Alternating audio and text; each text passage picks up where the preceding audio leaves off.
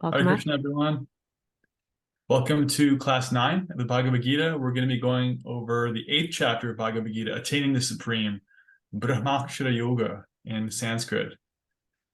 And it has a lot to do with what Krishna talked about in the last verse of the 7th chapter, how to remember him at the time of death, even, which is as one way of conceiving of that is as the final test. The final test of life is how you leave your body. And Krishna is going to deal with that a great deal over this chapter. And as always, we'll start with some kirtan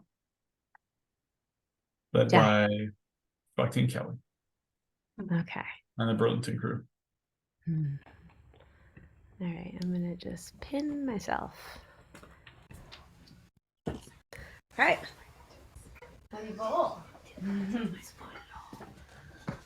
Okay. So come into your comfortable seat. I apologize for not facing you. We're just facing Mahaprabhu, facing the altar. Okay. So find your seat. Let's take a deep breath. Just on the exhale, clearing away anything you're bringing with you from your day, from your week, anything that may be a distraction just for now from hearing this transcendental sound vibration, from hearing this transcendental knowledge. It'll all be there waiting for you after, I promise. But for now, we choose and we invite the mind, the heart, the body to be absorbed in bhakti, to be absorbed in your spiritual practice. Take a deep breath in, filling up. Open your mouth, exhale, clear it out. We chant our opening prayers. Inhale, filling up.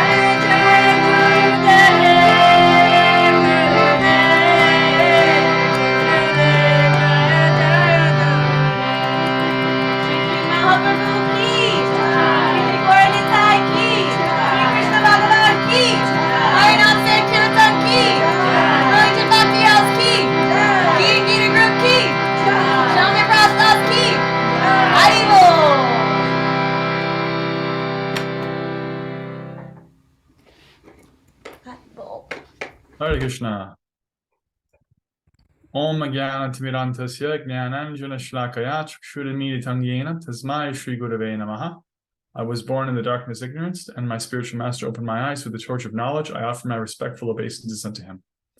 Vanchakalpatarupyascha kripasitubhya eva cha patitanam pavanebhyo vaishnavebhyo namo namaha. I offer my respectful obeisances unto all of the Vaishnava devotees of the Lord. They're just like desire trees. They can fulfill the desires of everyone and are full of compassion for the fallen conditioned souls. Jai Shri Krishna Chaitanya Prabhu Nityananda Shri Advaita Giradhara Shri Vasadi Gaura Bhaktivinoda Hare Krishna, Krishna Krishna, Hare Hare, Hare Rama, Rama Rama, Hare Hare. Hare Krishna, everyone. Welcome again to our Tuesday Gita Bhagavad Gita class. We're on chapter 8, right in the juicy middle of the Bhagavad Gita. Arjuna has brought up the topic of the time of death, and Krishna is going to elaborate on this. And we have Julia here for the first time. Welcome, Julia. Hi. So I'm going to unmute you in a second. What we did with everyone, or if they're joined, partway through, is you just hello and give a reason why you're taking the course or why you're here, just something you're looking forward to, just something like that, and a little bit about yourself, and introduce yourself, and we're really happy to have you.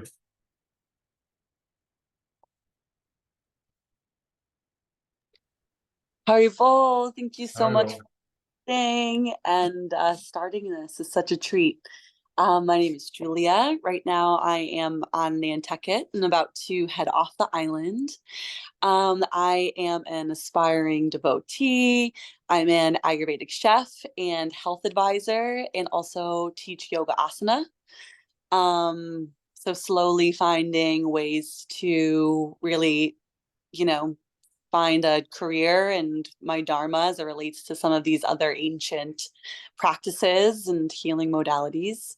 I'm a student of Kelly, and she invited me into this group. The Gita has always been I read the comprehensive guide first, and that's what really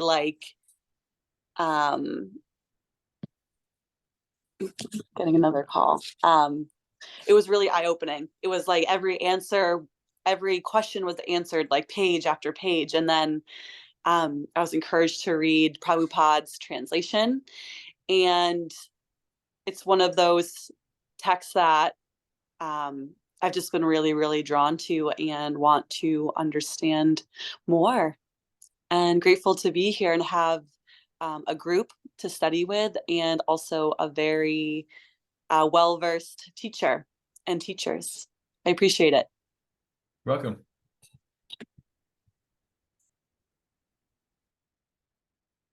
Great to have you. Okay, so last week we started and completed the 7th chapter of Bhagavad Gita, and we talked a little bit about the first verse was about the power of hearing, how Krishna, he's starting to reveal more about his personal self, and how he says that just listen, just hear as I reveal.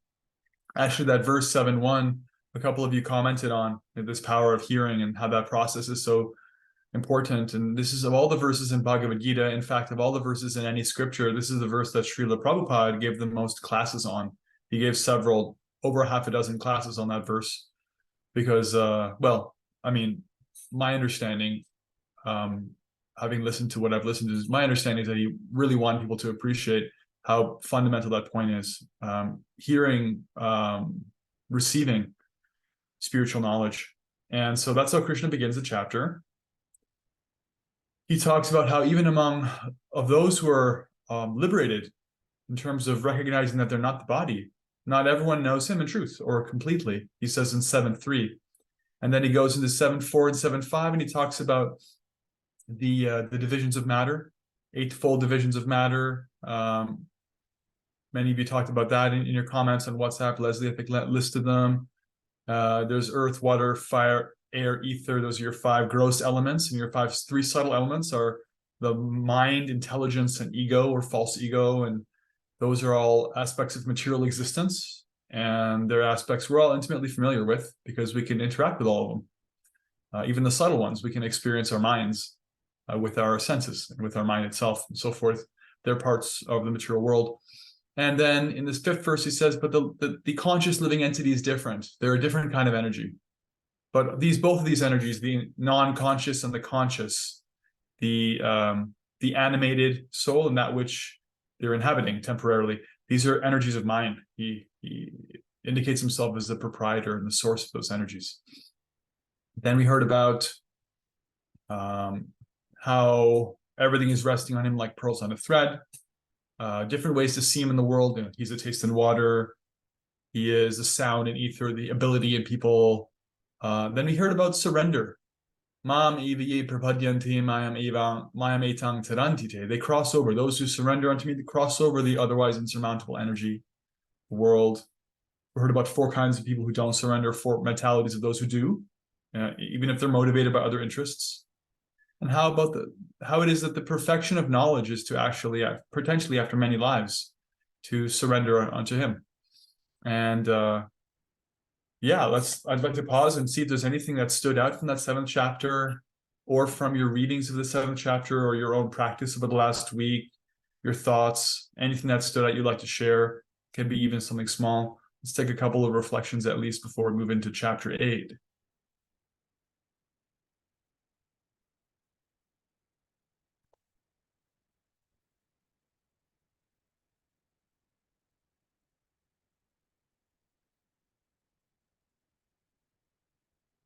Nothing?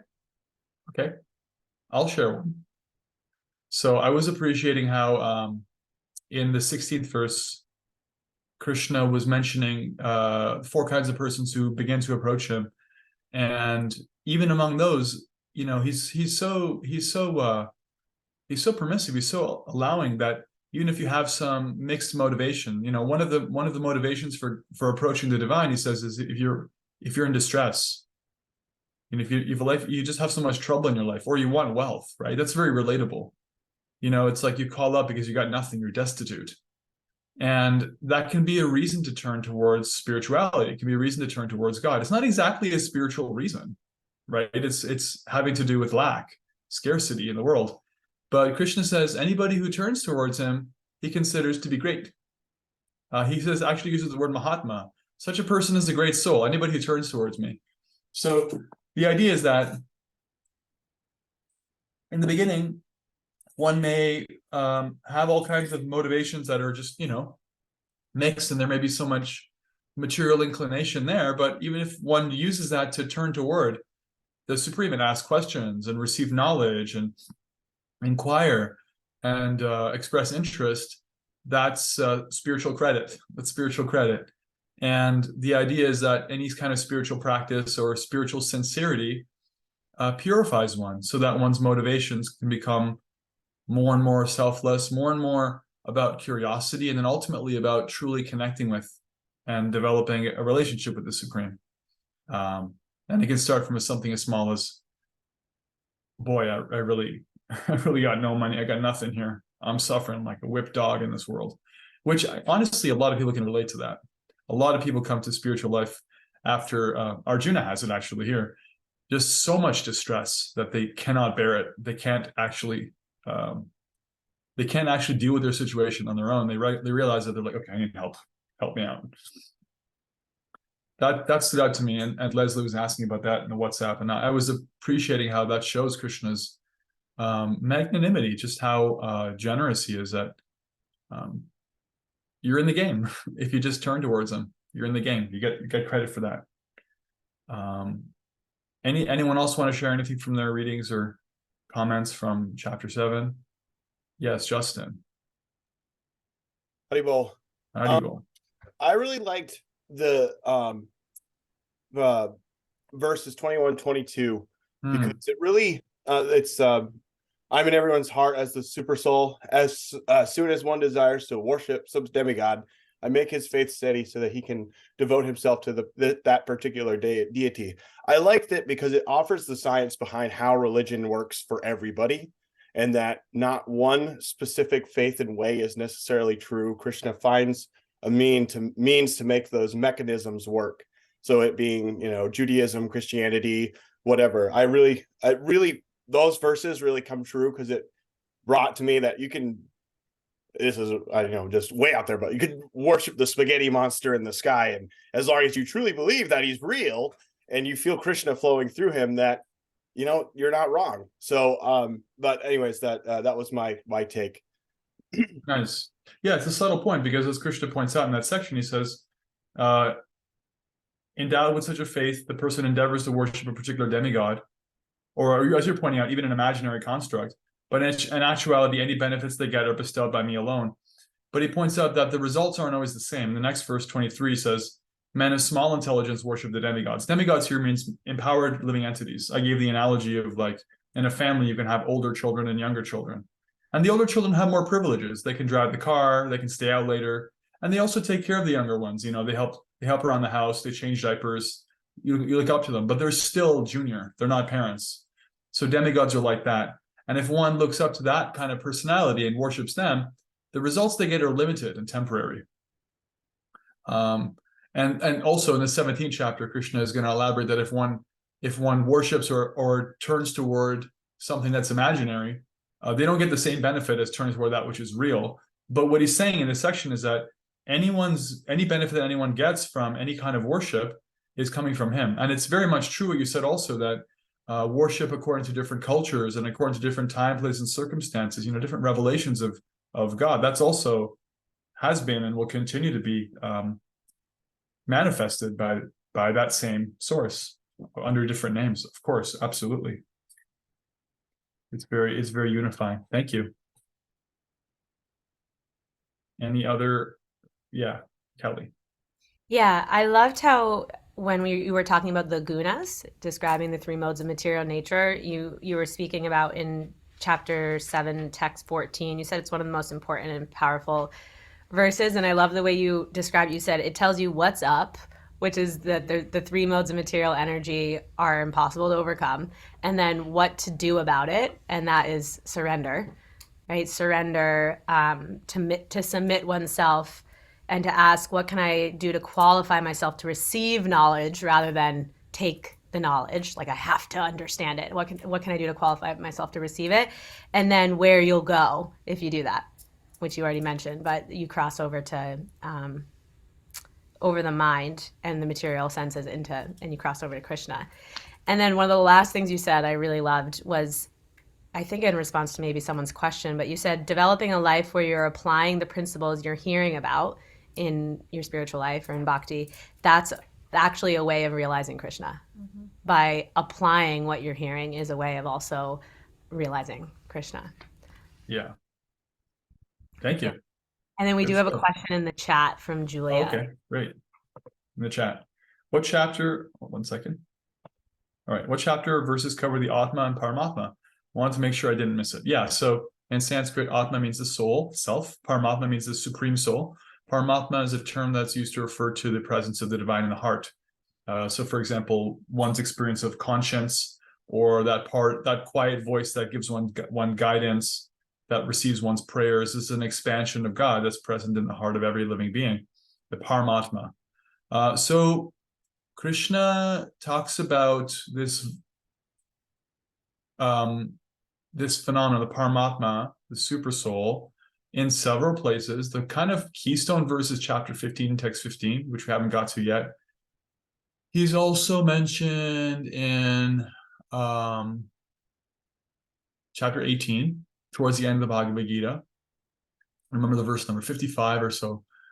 Anyway, we'll get there. And he's been mentioned like tangentially in a few places. So you haven't really missed it, don't worry. But it comes up in several places that Krishna is in the heart of every living being. Again, in chapter 10, he's going to come up, actually. So yeah, stay tuned. More and more is going to come around that. Thank you. Okay, great. Moving on to chapter 8. Tarka Brahma, attaining the supreme. This is the Sanskrit. This is for Tarka Brahma Yoga, the yoga of attaining the supreme. This has to do with transitions. With attaining means getting to somewhere that you're not already at. It's primarily, this chapter has to do with the biggest transition, the transition from life into death, as it were. And so the 7th chapter ended with Krishna saying Those who are in full consciousness of me can know me even at the time of death. So the 8th chapter begins with some definitions of terms. Arjuna asks some questions. Okay, so first of all, it's important to know that we can ask questions because Arjuna keeps doing it. First question he says, or several questions, what is Brahman? What is the supreme? Brahman means the supreme in Sanskrit. What is the self? What are fruitive activities, right? Or karma. Literally asks, what is karma? What is this world? What is the material manifestation? What are the demigods? Please explain this to me. He asks more questions. Who is the Lord of sacrifice and how does he live in the body? Because Krishna mentions that at the end of the 7th chapter. And how can those engaged in devotional service, those engaged in bhakti, know you at the time of death? So Krishna answers these questions one after the other. So in text 3, chapter 8, looks like you've disabled screen sharing. If you can enable that, then I can share the screen. Not a big deal, but it's kind of a nice detail. But I'll read it for now. So chapter 8, text 3, Krishna says, the indestructible transcendental living entity is called Brahman, and their eternal nature is called Adhyatma, the self. He defines karma here. Karma is action pertaining to the development of the material bodies of the living entities. One of the terms that Srila Prabhupada uses for karma is fruitive activities. It's not a word that's really used so much in English.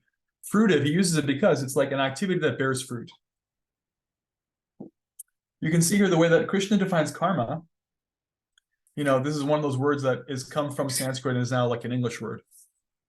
Karma is action pertaining to the development of the material bodies of the living entities. If you want that definition, it's in Bhagavad Gita 8.3. If anybody ever asks you to define what karma is, way back in the words of the language it first came from, this is what it is. Any action that develops a material body. So, as I mentioned way back in the beginning of the course, karma means what you do, and it also means the thing that happens because of what you do. Right? So karma means action, and also means the reaction. Because in the Sanskrit philosophy behind the Sanskrit language is that you can't separate them. If you have an action, you're going to have a reaction. And what Krishna says is any action that creates further development of the material body, like in this life, your mind changes because of the things you do. Just like, you know, if I start smoking cigarettes, my body changes and my mind changes. And maybe I'll become addicted, or at least I'll start developing a cough. You know, this karma. And you can see it in this life because there's an effect right away. And the idea is that karma can extend over more than one life. That's why we have certain predispositions and so forth, and our gross external body and our subtle body have their effects that are on them from previous activities. That's the effects of karma. It has developed our gross and subtle bodies. So moving on, Krishna defines more. Can I pause you for a moment, Prabhu? Mm-hmm. 2 things. One, you are the co-host now, so you can share your screen. Great. Could you also read the Sanskrit for all of us, please, when you're reading the verses? Sure. And very needy at the moment, Nadia is wondering if you can repeat what you said about karma, which I think is karma's action pertaining to developing. Yeah, I got that. And that's okay. And I replied to it in real time. It's in 8.3. Action pertaining to the development of the material bodies of the living entities. Yeah, 8.3. Then in 8.4,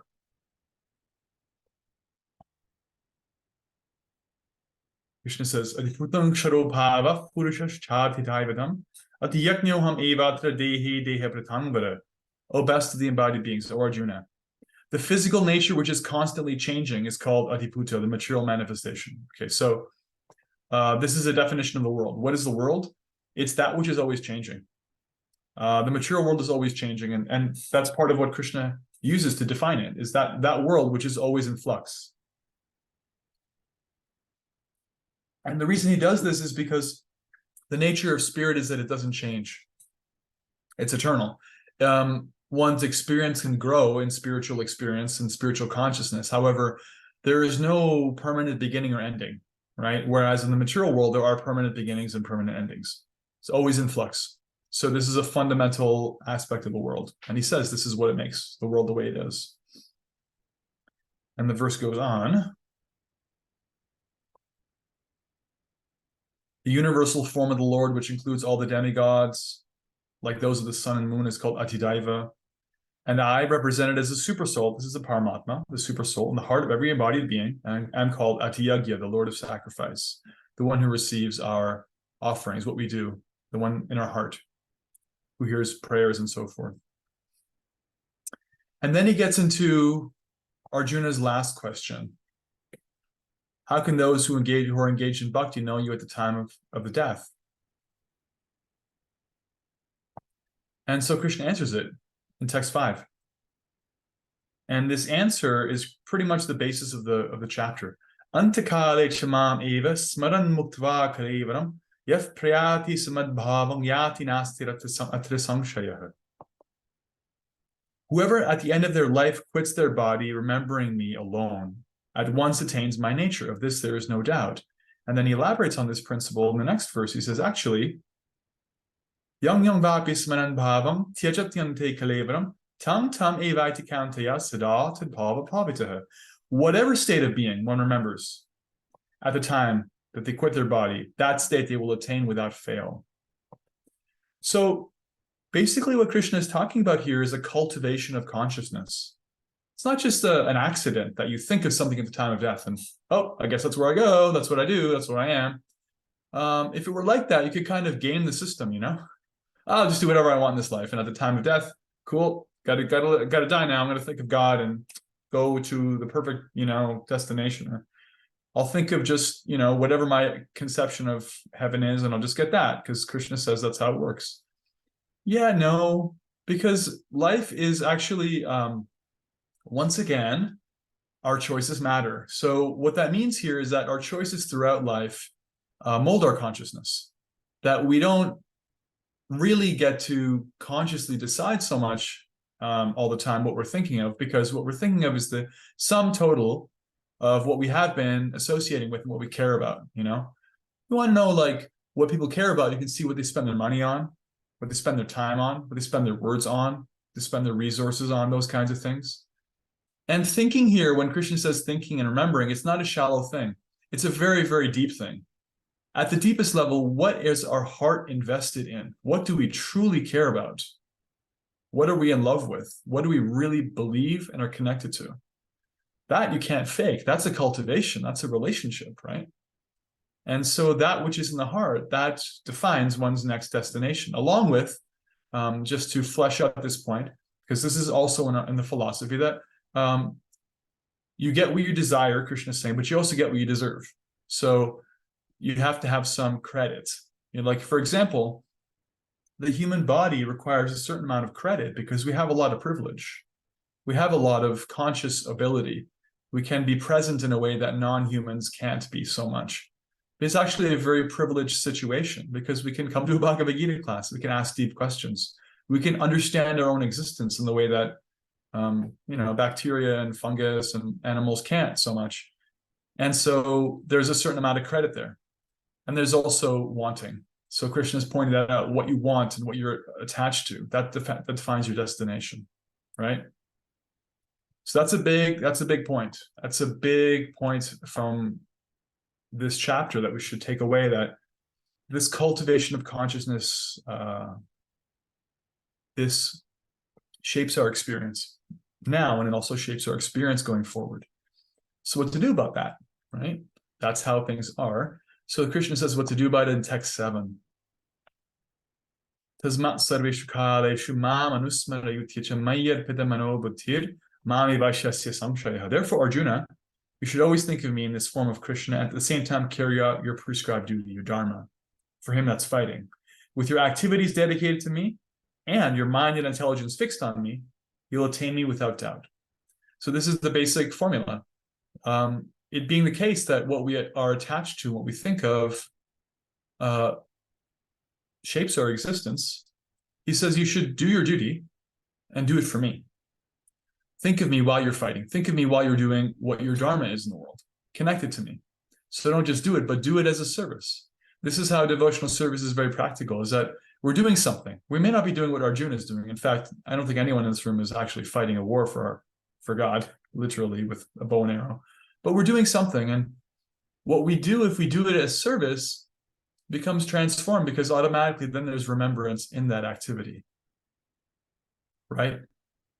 This is why devotees have the formal aspects of worship in the forms of, for example, deities taking care of temples, whether it's a home temple or like a public temple space, because it's really easy to remember when you're cleaning a temple and dressing a deity that you're doing this for God.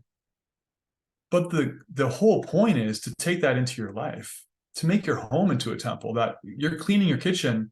It is entirely possible to clean your kitchen and be remembering that this is actually for the pleasure of God. I'm doing this to maintain this house as a temple for his pleasure. And that mentality makes sweeping the kitchen, which is the most mundane of activities, doing the dishes, it's like nobody glorifies these things. They're just like chores people like roll their eyes about.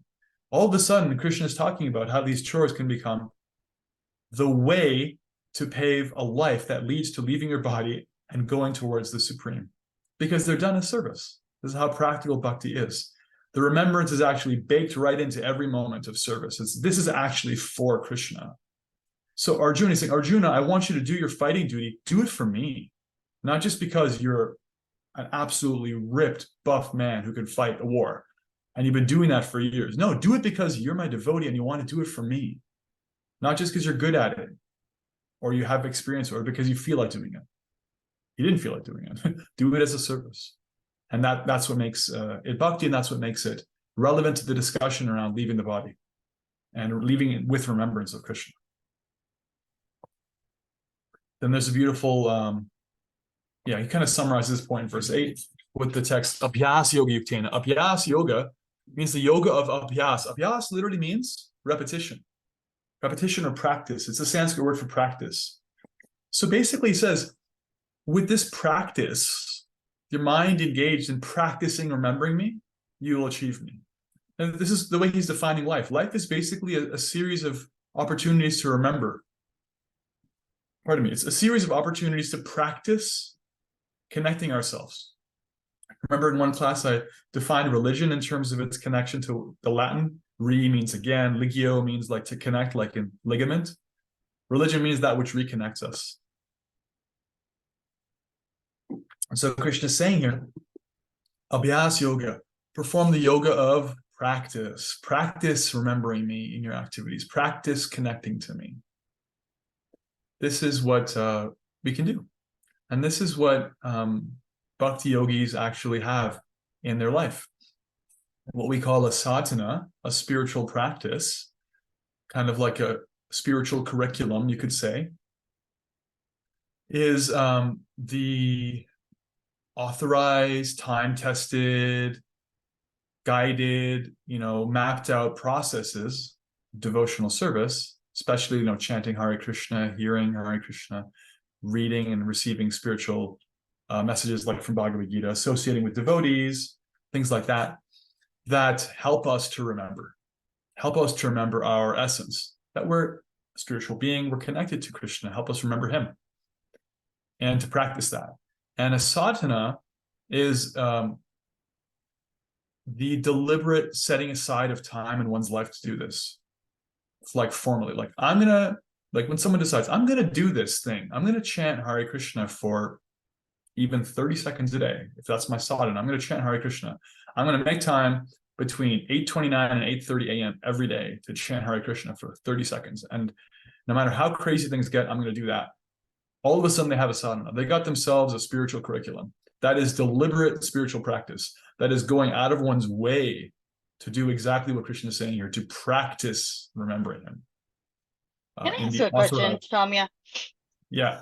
Can I Sorry spell to that? interrupt. Yeah, sure. Sadhana. That word? No, I'm sorry. That wasn't me. Take it back to Aaron. Aaron, go ahead. Yeah, I think Aaron wants me to spell sadhana. It was the word you were talking about before sadhana, some kind of yoga. Oh, abhyasa? Yeah, that's the word I took from the 8th chapter, 8th verse. Abhyasa is spelled Abhyasa. If you want to know more about that word, and that you can hear what Prabhupada says in 8.8. It's just the first word of that verse. I was just pulling from it and talking about the nature of practice. Yeah. Thank you. And then we had someone else's comment. Yeah, me. I have a question. You don't have to get into this. I'm just kind of curious. Is there like a measure for karma? Is there a measure for karma? Yeah. Not exactly that I know of. I was thinking about it and then you started talking about sadhana. Like, it's not so material where, you do so much, you get so much back, right? You know what I mean? Like, Well, just it with the can be. action and reaction. It can be. I mean, it depends on the nature of where you're getting your information. Like some aspects of scripture deal with, for example, some people are very interested in getting like a comfortable situation in the world, and they may approach the Supreme for that purpose. Krishna already talked about that. They're pious, but they're still kind of like in it for a business deal. And so there are aspects of scripture that talk about, hey, if you're this generous in your life and this, okay, you got to be like this faithful to your spouse, this just truthful, this like charitable, you get these rewards. And it's very much spelled out like that. And honestly, a lot of scripture around the world deals on that level because that's where a lot of people are. Bhagavad Gita does not deal with that because Bhagavad Gita is not about creating a better karmic situation. So it doesn't get into the whole karmic marketplace of like, hey, God, what can I do to reach these goals? Like, how nice do I have to be to get my, but there are aspects of scripture that deal with that. So there, in that sense, the answer to your question is, yeah, there are measurements.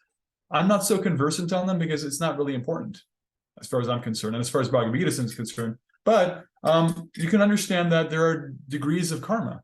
Like I already mentioned how having a human body is already like a really good kind of karma. And within that, there's like better and worse karma. Like you can be more or less wealthy. Like some people are just born with a silver spoon in their mouth, it's called. They just have good karma that way. Be attractive.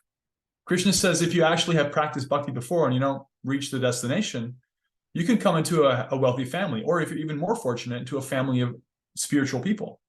So it's better karma, right? So you can see there's always gradations. However, what's stressed in Bhagavad Gita is that no matter what, at least for humans across the board, no matter what your karma is, you can practice bhakti. It doesn't matter how good looking you are. It doesn't matter how much money you make, like at all. It really does not matter.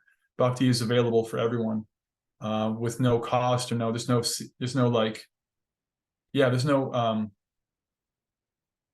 forget the word, but it's just easy access. So it's a great equalizer. And it goes beyond the kind of tit for tat marketplace mentality that people can be used to in material consciousness and even in their own kind of like interpretations of religion, right? You can see this in prosperity religion too. Like you see these gospels where like this pastor or that preacher is like, if you give this much money to the church, you'll certainly go to heaven. It's like you'll get like hundreds and thousands of dollars. There's big money to be made in that kind of religion, right? Because there's a lot of people out there who just want to get a nice car. And they're just pious enough to like turn to God for it, right? And that's like not what Krishna is talking about here. It's not what Bhagavad Gita is about.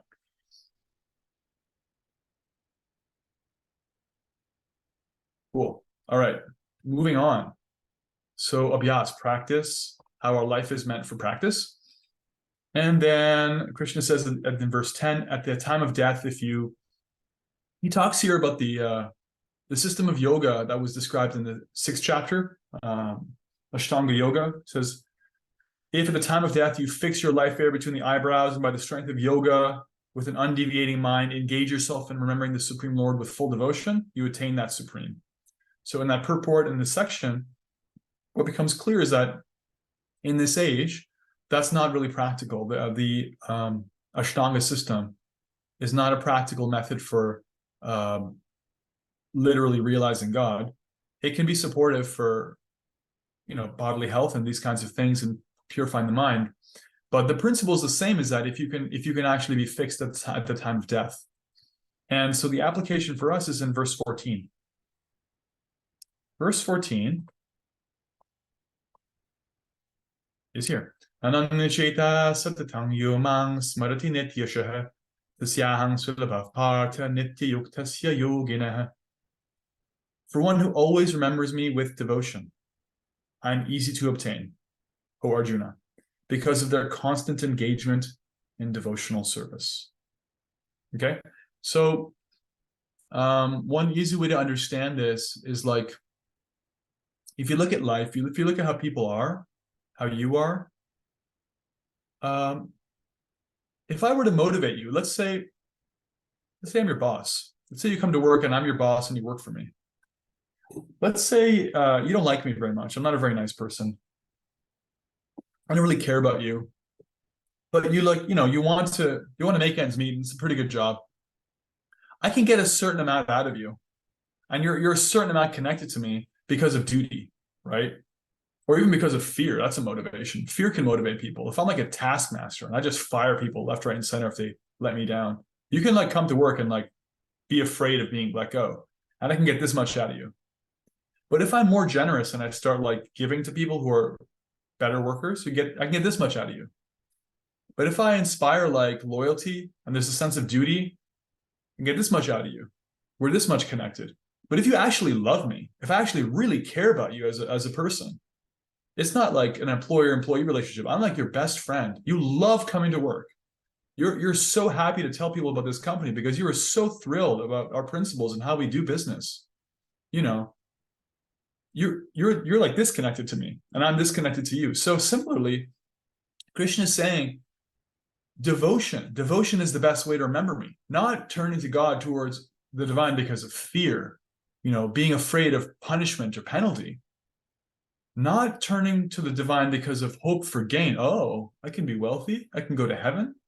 Not even because it's the pious or honorable thing to do, but because you love them.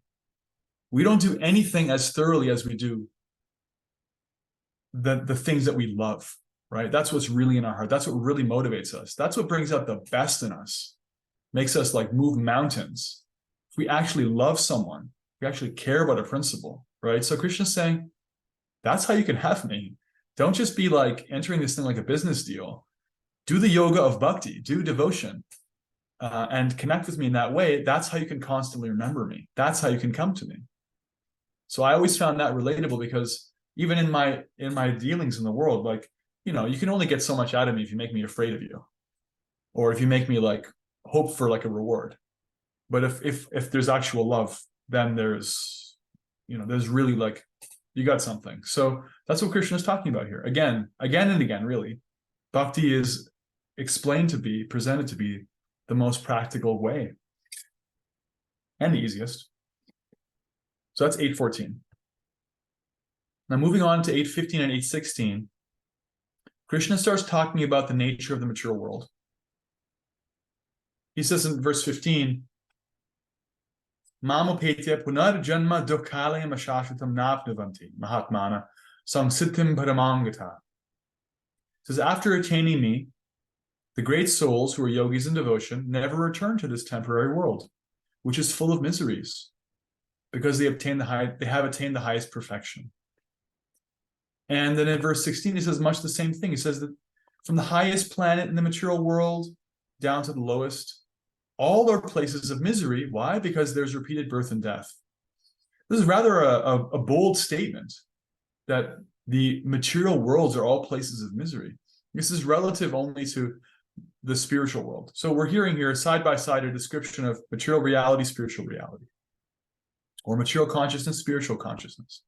Actually, for the soul, it's a profoundly unnatural thing to have to start and stop. If you understand the soul is eternal, at least theoretically, if you just accept that, okay, what would that be like? It would be really awkward to have to be born. Be really awkward to have to die. It's awkward aging. It's awkward having these strange transitions because it's actually foreign to us. They don't have to do with the soul. That's what Krishna is talking about. He's talking about the awkwardness of a world where that has to happen all the time. That's why he said the material world is a place of constant flux. That's why he says it's miserable, because actually to have to come into that and come out of that all the time is foreign for the soul. And he says here that for one who's connected to him in devotion, they don't really have any business in such a world. They don't need to be there anymore. Maybe they'll be there in service to others. That's a purpose. That's certainly something that great souls will do. But they don't have any chip in the game. They're not there to get anything for themselves. There's no longer any sense that the world can give them anything that they want, because they're already getting what they need from Krishna. So a world of comings and goings, that's not a marketplace where they're trying to spend any coin. That's what he's saying here. Right? And then in verses 17 to 19, after saying this, he gives a little background about the material world. He kind of gives a rundown about it, having talked about death and coming to him, and how when you come to him, you leave material consciousness in the material world. He talks a little bit about what the material world is actually like. Verse 17, he says, by human calculation, Sahasra Yuga Padyantam Aharyad Brahmano Vidahu Ratran Yuga Sahasrantang Teho Ratrabidojana. That by human calculation, 1,000 ages taken together form the duration of Brahma's one day, and such also is the duration of his night. So an age here, a yuga in Sanskrit, is a succession of 4 different ages, mini ages, and they come one after the other. This science is described more in the Bhagavatam. Basically, the idea is that time is cyclical. You have cycles of time, and you have one cycle is made up of smaller subcycles, just like a year is made up of different seasons, and the seasons are made up of different smaller segments of time. And so what he's basically talking about in this section is how in the material world, there are cycles of time that are built on cycles. And as these cycles come again, different cycles have different qualities. The age that we're in right now is known as Kali Yuga, the age of Kali. It started approximately 5,000 years ago, due to go for another 200,000 or so years, so rather a short cycle. This age is defined as being an age of hypocrisy, a lot of quarrel, hypocrisy. People are distracted more and more. There's more and more reasons not to be engaged in spiritual life. People become more and more shallow. Their worth is judged on their externals more and more. They become hypocritical in how they perform their duties in the world. Those kinds of things. It's not a very good age. Spiritual practice is harder to do. It also becomes easier because it's made easier for us because we're living in the middle of this muck. So chanting Hare Krishna, chanting spiritual names is super simple. It requires no money. You don't have to be a celibate monk in the Himalayan mountains. And so that's a concession to this age. So in this section, he's talking about the different ages and how when they come and go, there's different kinds of qualities. And he says in verse 18, at the beginning of Brahma's day, now Brahma is a demigod who is the empowered creator of the world. He's like Krishna's first child, he's a senior demigod.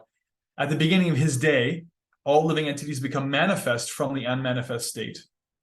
And at the time of his night, they become merged into unmanifested again. Basically, like the living entities go from not being aware to being aware. And his day, from our point of view, takes approximately 8.6 billion years. And his lifetime takes approximately 311 trillion years. So these are large scales of time. And the idea is that souls get endless opportunities to play out what they want to do, what they need to do, and to make their choices again and again. And even at the end of Brahma's life, things become unmanifested. It's like temporary suspension. And then it comes back into being. There's no actual destruction for the self. Things don't actually end. But when we're going through the cycle of our life or in the world, we're kind of like stuck in whatever we're stuck in our body, in the world we're in, and there are definite beginnings and endings, and we're stuck in that. Krishna is talking about how this coming and going, this ending and beginning is happening over and over and over again. And then in verse 20, he says, yet there is another nature, an unmanifest nature, which is eternal and is transcendental to this manifested and unmanifested matter, right? They're just like in the world that we understand, for some time something is in a certain shape. It can be your car, it can be a meal, it can be your body. It's there for a while, then it's not there. It's manifested matter, and then it's unmanifested.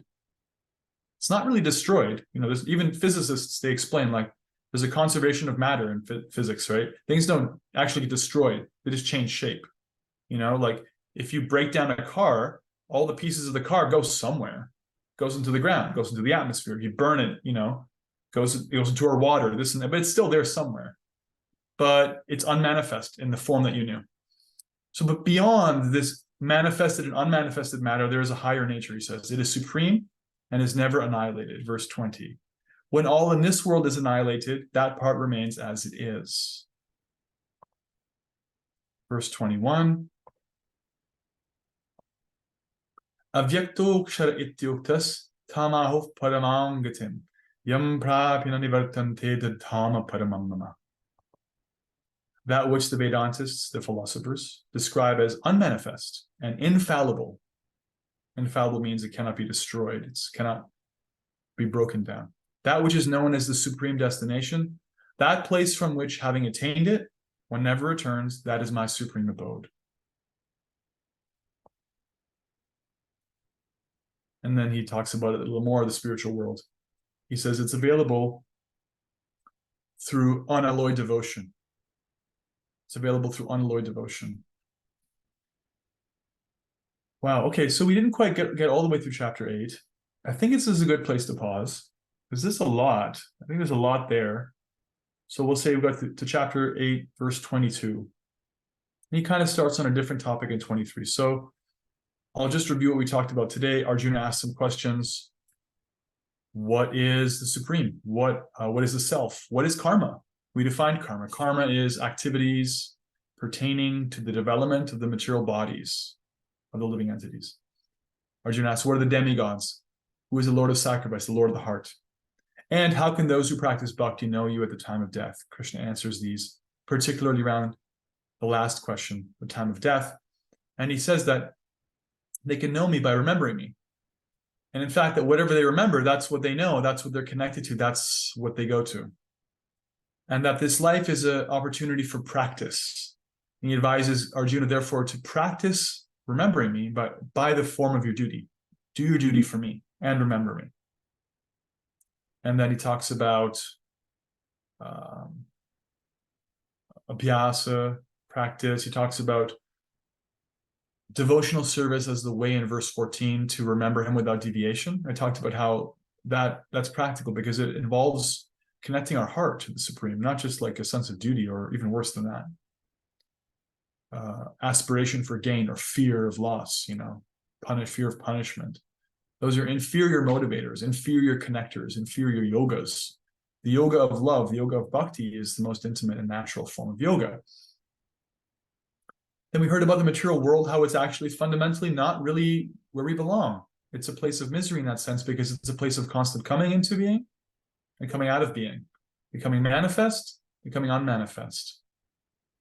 And that when one becomes perfect in their devotion to the Supreme, they don't have any business in the world with that matter anymore. They don't have any necessity of taking birth in it. Otherwise, he describes this cycle of time, the cyclical nature of time, and the coming and going of that. And then he talks about how, in verse 22, that supreme abode, which is above all this coming and going, which is infallible, unmanifest, that's attainable by unalloyed devotion. Hare Krishna. All right, wow. Thanks for your ears, your attentive ears, and we'll take any comments, anything that stood out, any questions, or this is a good time for questions, anything that you're curious about. Let's churn this a little bit. We got to 8:22. Shamya, can you describe what unalloyed devotion? Unalloyed, yeah, that's another word we don't see much. Yeah, an alloy in chemistry is a metal that's mixed with another metal. For example, like what's a common alloy? Steel's an alloy, right? Steel's not found in the periodic table. There's a bunch of different metals together. Like if you're in the market for like a gold ring, you want real gold. You want 24 karat pure gold, right? Ideally, that's unalloyed gold. Gold without any other metal, kind of like filler, right? Unalloyed devotion, what Krishna mentions as unalloyed devotion, is devotion that's not mixed with any other motivation. So we heard about how in the previous chapter, how somebody can turn to the divine because they're suffering or because they want some material gain, they want money, even they kind of have some intellectual curiosity. That's a mixed motivation. That's devotion. Certainly it's devotion because they're turning to the Supreme. Can't say it's not devotion, but it's mixed. And I made the point earlier that that's great because it gets somebody connected. And by that connection, their motivations get more and more pure, less and less alloyed. Their motivations get more and more focused, that it's less and less about, oh, what can I get out of this materially? How can I gain money or like how can I satisfy my intellectual curiosity about God? And it's more about giving and about that pure connection. That becomes more and more available. You may not even know if that's possible. But when Krishna says unalloyed devotion, when Prabhupada translates it as unalloyed devotion, that's what he's talking about. That's our goal. That is what Krishna presents as the way to achieve him, to not have any business in this world, to come to him. That is what the path of bhakti leads to. Yeah, and that's a kind of nomenclature. It's a kind of term, unalloyed. It's good you brought that up because we don't really see that in many other places. Yeah, there's actually a story of how Prabhupada found that word, and he kind of said, "Yeah, let's go with that word." He brought it into his sharing of Krishna consciousness and started using it. Unalloyed, unadulterated. Yeah, unadulterated. Tell us the story. I don't remember the details. As far as I recall, it was something like when he was arriving in Boston Harbor on a ship. He was 7 years old. He came knowing nobody in America. He had like a son of somebody who knew was willing to put him up for a little while in Butler, Pennsylvania. He lands in Boston Harbor and he saw a sign for like unalloyed steel or something. Unalloyed Steel was a company, like they're saying like their steel is the highest quality. And Prabhupada, his mind is always like about bhakti and Krishna and like the mission of presenting this bhakti path and helping facilitate people to practice it. And he saw this word, and either he knew what it meant or he asked somebody and they explained it to him, and he thought, this is very good, unalloyed. Yes, this is what we're here to do. We're here to share unalloyed devotional service, not like some mixed kind of like tit for tat prosperity consciousness religion thing. The real thing, love of God, actually pure love of God, that which the soul can actually truly achieve. So he saw that, and he brought that word into his sharing of Krishna consciousness, his outreach from then on. I believe it's from a sign, and don't quote me on that. I can look it up and we can confirm it later, but that's what I recall was told to me. It's kind of a probable story. Okay, Nadia has her hand up. Yes, Nadia. Hi, Hare Krishna, everyone. Hello. This was a great class and a lot resonated.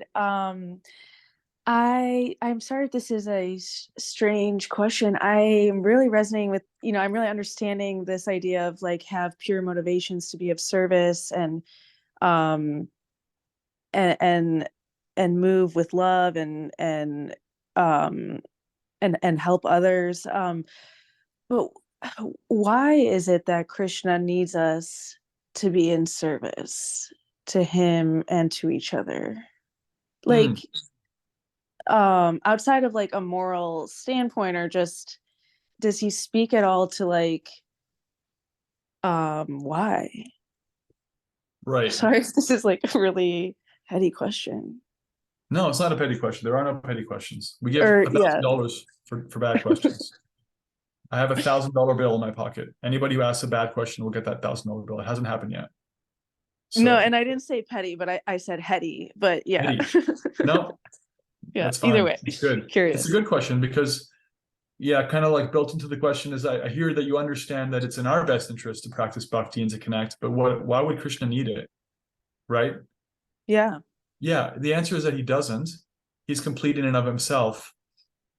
It's not the same as our situation where we're dependent. He's not dependent on us.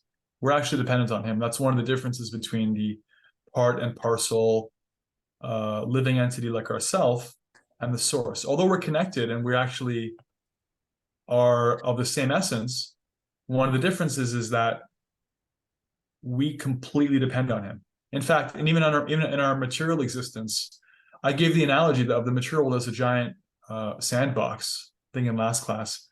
He's facilitating that sandbox for us, right? If a child is in a sandbox, all their games and everything that they see is like provided for them by an adult, right? Even if you don't acknowledge God, even if you don't care about God, even if you're inimical and antagonistic to God, you can't even breathe without help. We have this machinery that's making our bodies move. I'm dependent on that, even just to like function moment to moment. Like I'm so completely dependent in every way, even materially, what to speak of spiritually. Now, Krishna's not. That's what makes him Krishna. So that's the answer in one sense. In another sense, what we can understand is that Krishna, not being conditioned like I may be, not knowing my potential, he sees what we're capable of, each of us, in connection with him, and how it's enlivening mutually. We're enlivened in our devotional connection to Krishna, and he's enlivened too. We're surrendering to him, and he's actually surrendering to us as well. It's actually mutual. It's not a power relationship. In the ultimate sense, bhakti is no longer a power relationship. We're no longer approaching as dependent, inferior, humble, meek. We're actually approaching and being approached. We're actually connecting as equals. He makes himself available for that because that's where the juice is. That's where the happiness is. He gets to have a relationship with someone who wants him, and we get to have a relationship with him. And that's where the fun happens. And that has to involve us choosing that, right? We have to really want that. Otherwise, it's not really a relationship. So he's encouraging it. He makes it available for us. He's glad that other people make it available. He prioritizes people doing that. He's grateful for that effort. And anybody who turns to him gets his attention because it facilitates that relationship to happen. But he doesn't need it the same way that we do. Does that make sense? Yes, thank you. Appreciate it. One of the More things I've been questions? thinking about since the last class, just to kind of follow up on that, is he wants us to come to him. He's inviting us to him. But in a sense, he sort of puts things in the way. Like, it's not easy to do, right? Like, there's the mind and all these other things, the modes of material nature. And like, he's almost putting things in our way. And I'm really curious about why. Yes. So a couple things. One is when we approach our spiritual practice in a mode of like humility and personal responsibility, we can appreciate that, okay, I mean, whatever the situation is, I've kind of like made my own bed, right? Like I am responsible for the mind that I have, that it's the product of my previous choices, whether they were great choices or they were not great choices, or they're made in knowledge or in ignorance. And so that's not victim shaming. It's not victim blaming. And it's not victim consciousness either. It's actually very empowering. It's actually like, oh, okay. So you can say Krishna has like put these obstacles here. And part of the answer to why is that, well, because I've chosen them. And another answer is that it's necessary to not choose them, to choose something else, to choose higher, to choose Krishna in order to take a different road, to create a different future, a different reality, a different experience. And that's what choice means. It means that there's one thing and another thing, or usually a lot of things. And we have the ability to choose between them. I can choose the flickering mind with its inferior ideas. It can make the mind my enemy, or I can make it my friend. And that choice of what I do with that matters. And it matters because I have the alternative side by side.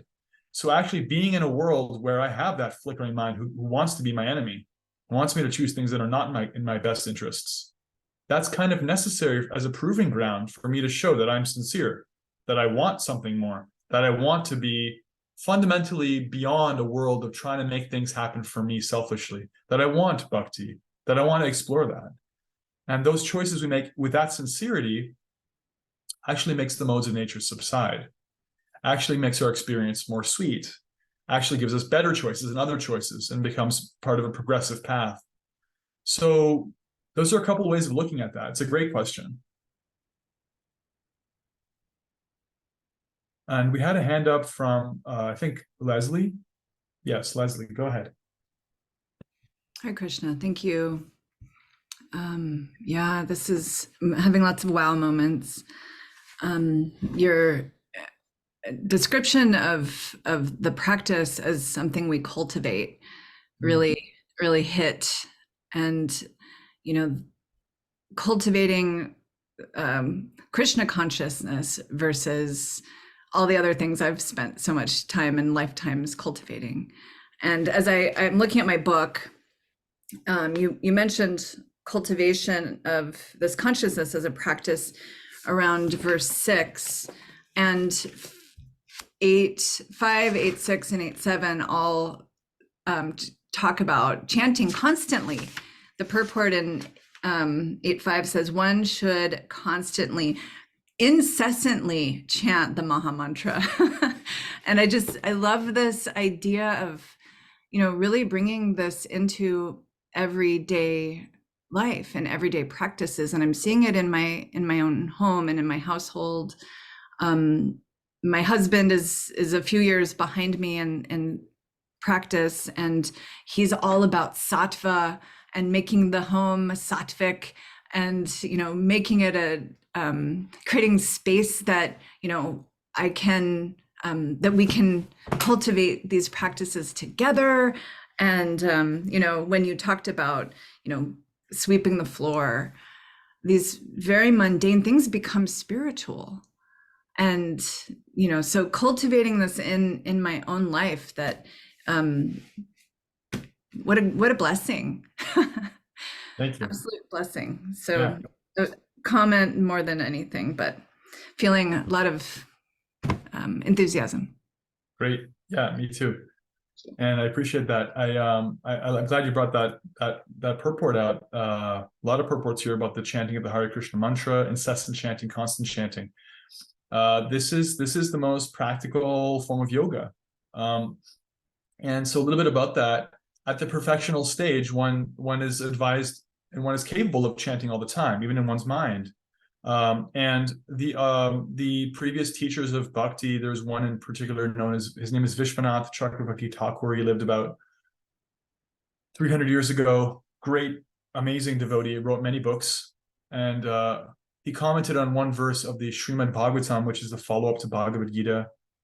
And in that verse, which takes place in the second chapter of the Bhagavatam, very early, Bhagavatam has like 300 or so chapters. And early on, there's this verse that says that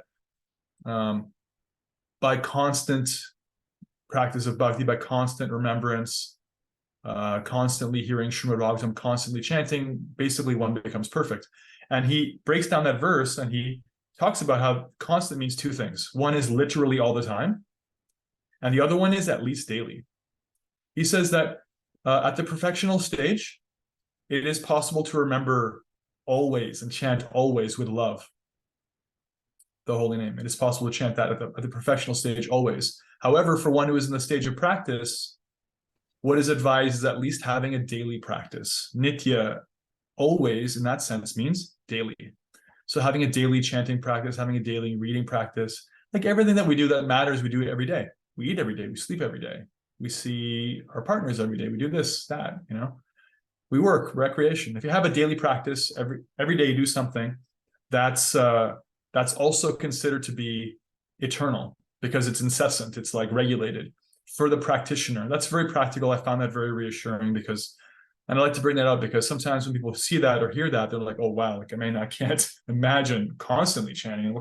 How can I do that with my life? It's like, well, take that in the context of something that you're capable of as a soul and apply it in the sense of at least as a daily practice. It's very much the essence of that. So when it comes to like particularly chanting, under guidance, aspiring devotees are advised to find an amount of chanting they can do every day and do it, and gradually increase that and see the effects. Apply that in their life and see how it goes. And that's also constant chanting.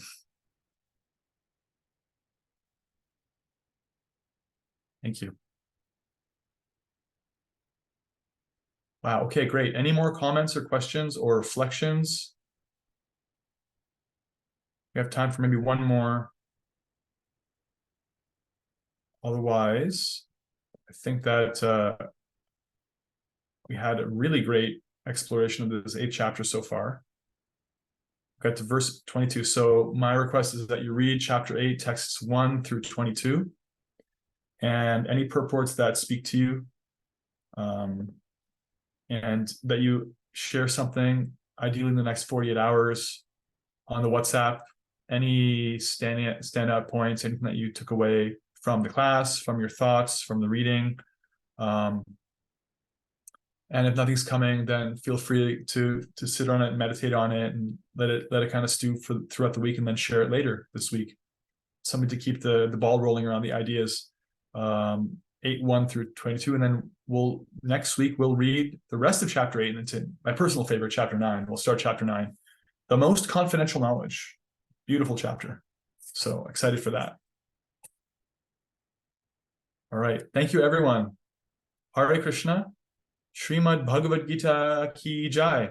Shri Krishna Bhagavan ki jai.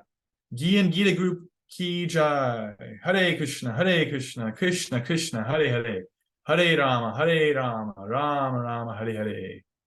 All right. See you in WhatsApp. See you in the rest of our Bhagavad Gita Sangha. Haribol. Haribol, thank you, Prabhu. Haribol, sweet souls, we love you all.